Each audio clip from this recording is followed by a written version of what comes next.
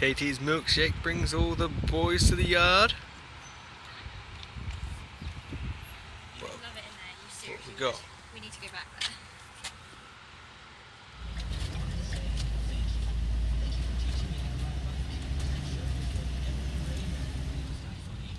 Nice little detour. Michigan City. I'll go to Chicago so Katie can play fucking Pokemon Go. But on the flip side, Still listening. this milkshake is quite nice. It's not all bad.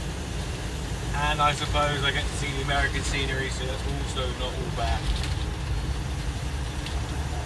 I mean, we're going to be late for Pokemon Go, but hey, it's all good. Should have got up earlier.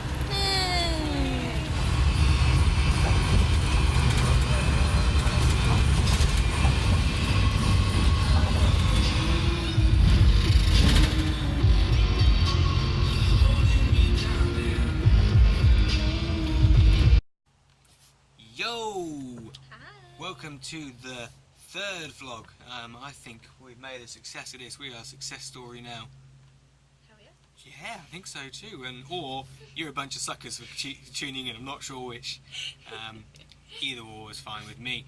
What are we covering today then, Katie? I believe we're covering what we did. So we went from Canada to Chicago in this. We went through, I wrote it down, Michigan, Indiana and Illinois as states, and then we ended up in Chicago for a little while before moving on further to Yellowstone, didn't we? Yes. And why did we go to Chicago for probably 4 hours tops? Because there was a Pokemon Go community day and I couldn't miss out on it, so we went there. And also Chicago is actually amazing and I wish we'd stayed longer, but timings and that.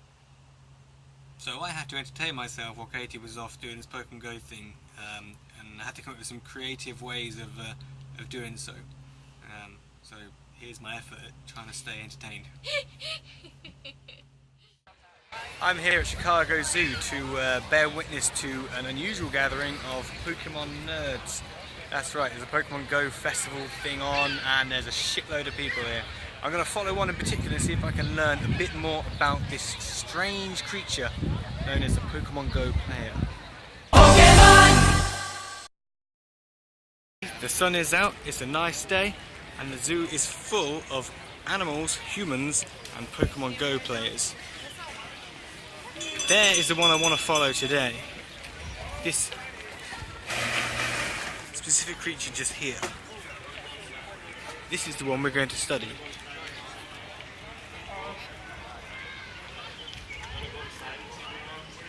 KTS Nerdius Pokemon Goius is the name we shall give this creature.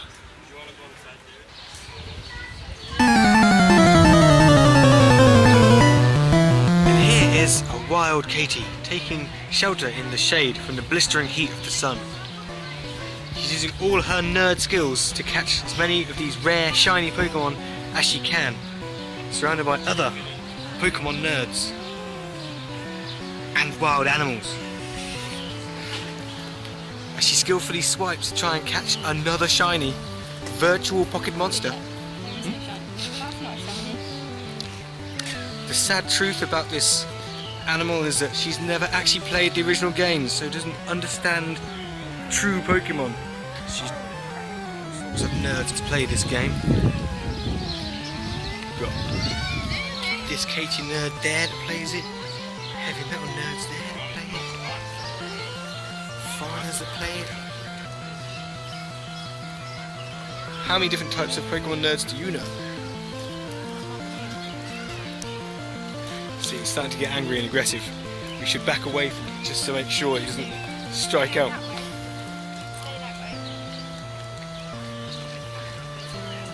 I think it's trying to communicate with me. Let's try and communicate back with it.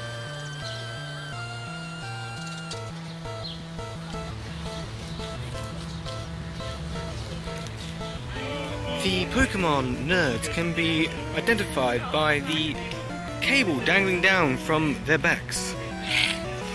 It is said that these power the Pokemon nerds, and without them, it's like switching a life support machine off.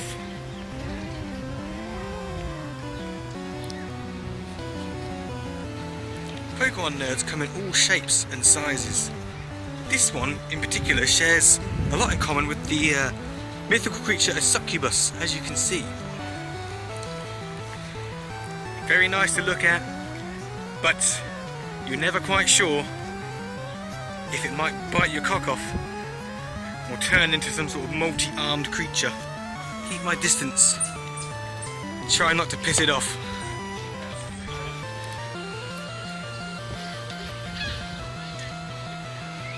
I'm going to try and get a word with it and see if it can communicate with humans. Have you caught anything? Have you got any shinies? You see, I'm speaking its language. I'm breaking down barriers.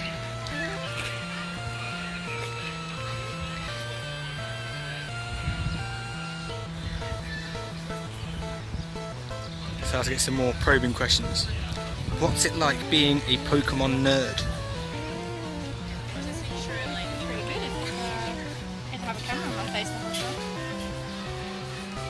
As you can see, it's learning sarcasm.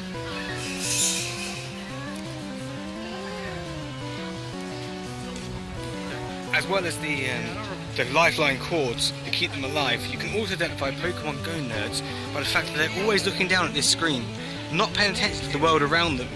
I believe the screen is some sort of GPS satellite navigation system that tells them where the next Pokemon Go thing is happening.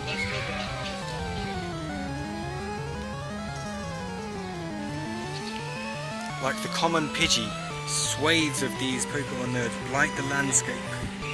It's advised not to feed them, because they might come back and start to interact more with human beings. After a hard day's catching of virtual Pokemons, this creature stopped for a while next to other Pokemon nerds. Maybe she feels comfortable, maybe she's taking solace in the fact that she's with others of her kind, I'm not sure. It seems that she's taken a little bit of downtime to do something else on her GPS navigation system. Either way, I'm sure she feels at home next to other nerds. Let's see if we can train the Pokemon nerd to catch a stick. As you can see, Pokemon nerd is just there. I have a stick. Let's see if we can attract his attention.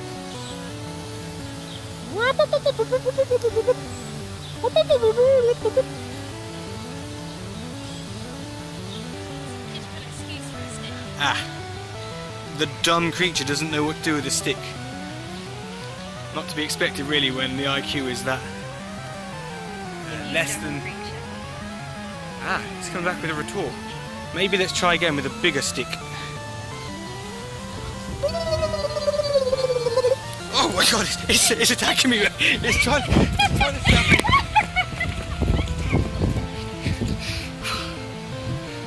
Like I said, violent and dangerous. The succubus creature didn't take its multi-armed form, but it certainly showed what it was capable of.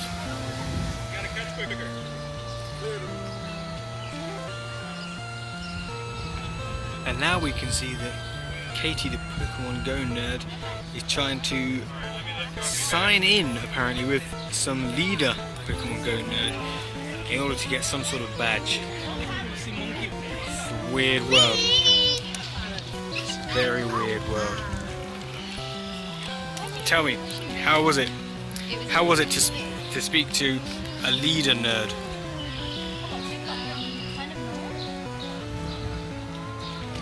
Do you look up to him? Is he like hierarchy? Is he like there and you're like here? It's like the exact same thing as him. I check people in at home. I run a group at home. How was the event for you? It's really good. Very happy. And there we have a documentary on the Pokemon Go nerds. The event's finished, everything's done. What have I learned? That they're massive fuck off nerds. Especially that Katie one.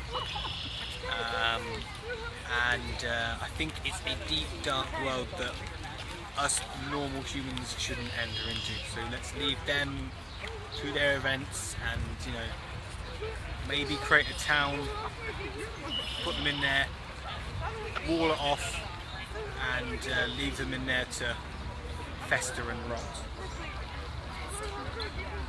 Oh, look, she's back. I've been here all alone. She won't leave me alone. She thinks I want to integrate with her. You do? What time the Strange, strange creatures. Anyway, there you go. So I hope you enjoyed my documentary on the Pokemon Go nerds. Matt Jones signing out. You'll be back next time. So there wasn't just Pokemon Go nerds there. Thankfully not. There were also some humans, but I'm not fussed about humans either. There were some animals. We didn't see many because we were only in the zoo for about an hour in total, and I spent most of the time trying to piss Katie off. But these are... You succeeded. I did, good. But these are a collection of some of the animals that we saw. Found Joe!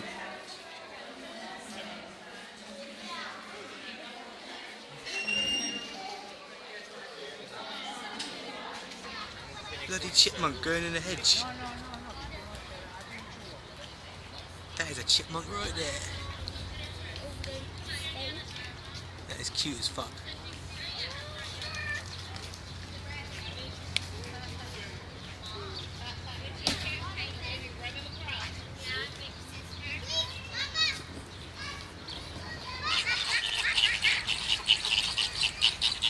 Here you go, Asher, this is just for you. Load of fucking flamingos.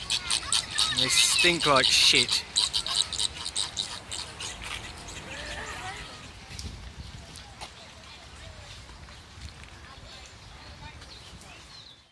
So after a couple of hours in Chicago, we took off and headed west towards Yellowstone. A journey that would last 500,425 Mondeo length, in fact. We went through quite a number of states this time. So we started in Illinois, we went through Wisconsin, Minnesota, South Dakota, a little bit of Wyoming, and then ended up in Montana where our campsite was. It's quite a good journey. Very long. Very long hours, but I think the scenery throughout all of it was absolutely beautiful, and we definitely encountered some things along the way as well. Hey, hi Jason, that's for you. It's like Jason Wall's Mecca. Everything is wall this, wall that. I mean, the whole town is called Wall. The whole town is called Wall, that's true. Community library. He's fucking famous. What's this? Wall, you dickhead, you called them to war. Jason. Calling people to war.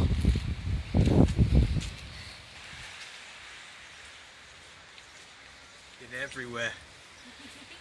Apparently, we're not allowed in here. God damn it. We should have brought him along. You can actually get into places.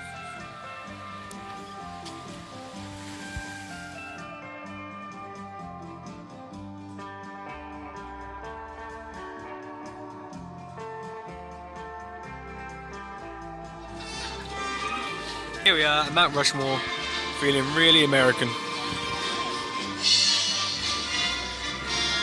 Can't see shit. Makes me want to enlist. Huh? Makes me want to enlist. Off you go.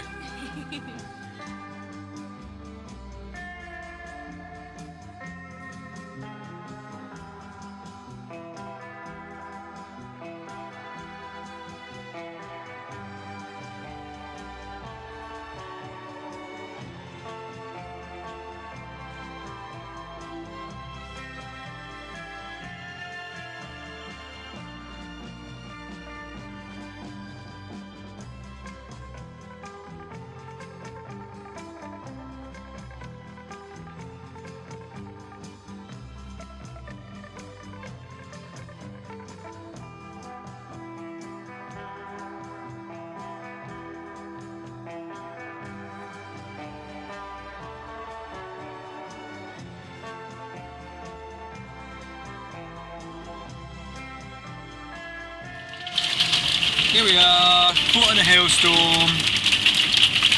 Can't move anywhere. No visibility.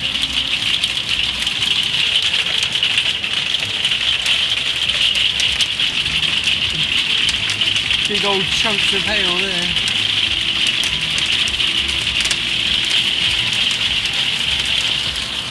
Fuck my life.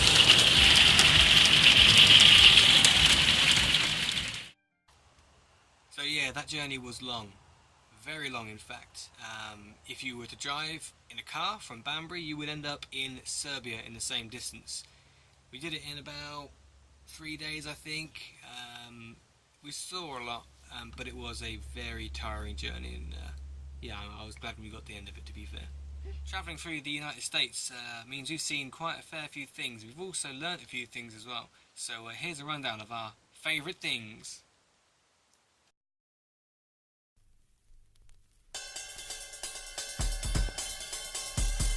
Welcome Shark fans, here's the Jolly Jones American Top 15, a countdown of all the best things we've found so far in the United States. In at number 15, it's the radio stations from rock to country. There's always something to listen to. At number 14, we have the amount of choice available. If you just buy something, you've got lots of options. Number 13 is a non-mover with cheap fuel, working out 80p a litre. There's no added tax on this gasoline.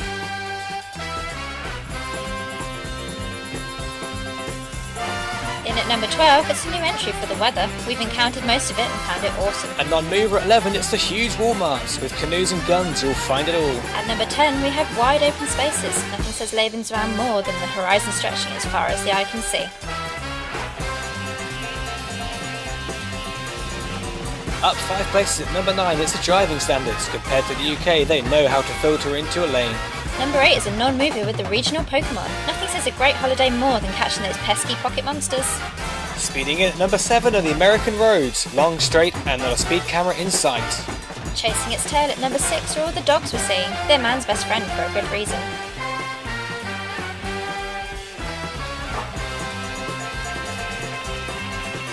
Staying at number 5, it's peanut butter. It's everywhere from cereal to crackers, and I'm loving it. Climbing to number 4, we have the American wildlife. With great names like brown squirrels and speed goats, we've seen them all. A surprise entry at number 3 is the American attitude to Brits. They're friendly and love us.